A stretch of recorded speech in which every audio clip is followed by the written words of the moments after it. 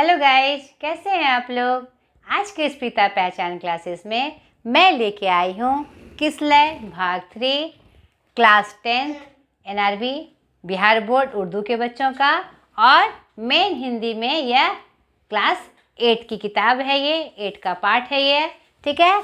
आज हम जानेंगे पार्ट 18 के बारे में, हौसले की उड़ान, जो कि एक निबंध है।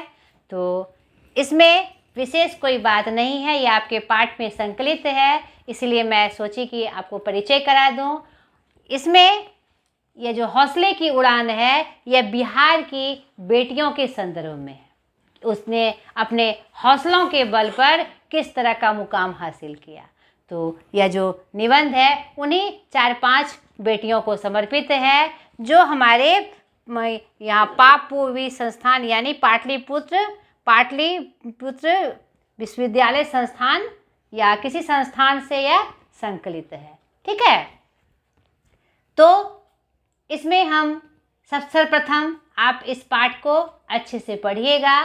यह पाठ इसलिए संकलित किया गया ताकि हम जो बेटियां हैं, चाहे गांव की बेटियां हो, चाहे वह गरीब परिवार की बेटियां हो, चाहे बेटे भी, अपने हौसले से एक नया आसमान, एक नई ऊंचाई प्राप्त कर सकते हैं। आज अभी छोटे छोटे बच्चे हैं, अगर आपके क्या कहते हैं हौसलों में उड़ान होगी, यानी किसी काम को करने का अगर लगन होगा, तो अपने लगन से और मजबूत इरादे से आप कर सकते हैं।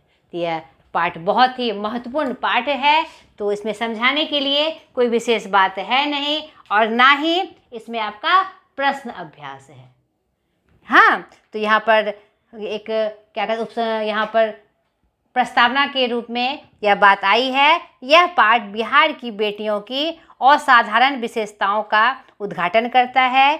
बिहार की बेटियों का यह संसार समाज की रूढ़ियों पर प्रहार है। रूढ़ियों पर प्रहार क्यों?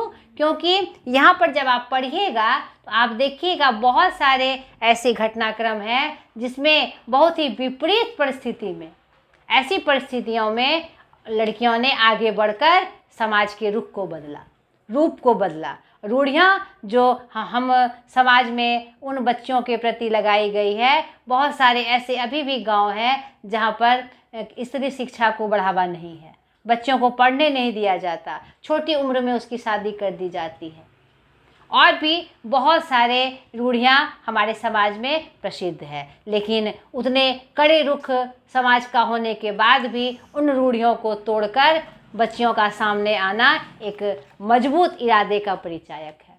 तो यहाँ पर अगर आपके अंदर मजबूत इरादा हो तो आप कुछ भी कर सकते हैं। समाज की रूपरेखा आप अपने दम पर बदल सकते हैं, लेकिन पॉजिटिव वे में, सकारात्मक कार्य के लिए नहीं। अपना हौसला सकारात्मक कार्यों में लगाइए, देश की प्रगति में लगाइए, समाज में जो बुराइयां हैं उसको तोड़ने के लिए लगाइए। नहीं, यही इस पाठ का मुख्य ध्येय है, मुख्य उद्देश्य है। तो आप पूरे 4-5 उदाहरण इसमें हैं बेटियों का, उस उदाहरण को आप अच्छे से पढ़कर समझिए, ठीक है। और इसमें गतिविधि के लिए कुछ कार्य हैं। आप अपने पास पड़ोस में किसी ऐसी लड़की या औरत के बारे में जानकारी प्राप्त कीजिए जो रूढ़ियों के विरुद्ध आवाज़ बुलंद की हो। इससे क्या होगा? इसमें एक जागृति आएगी आपके गांव में, समाज में, उन बच्चों के बीच, उन औरतों के बीच जो डर से या क्या कहते हैं समाज में क्या कहते हैं बदनाम होने के डर से वो सामने नहीं आ रहे, नहीं, चाहे किसी भी दबाव में वह उस रूढ़ी को तोड़ नहीं पा रहे हैं। इसको ज़रूर इस बारे में आप अपनी एक्टिविटीज़ करिएगा, ताकि समाज में उसे आगे आने का मौका मिले और समाज से जो ये बेकार के बंधन और परंपराएं हैं वह टूटे और एक स्वस्थ समाज का निर्माण हो सके, ठीक है।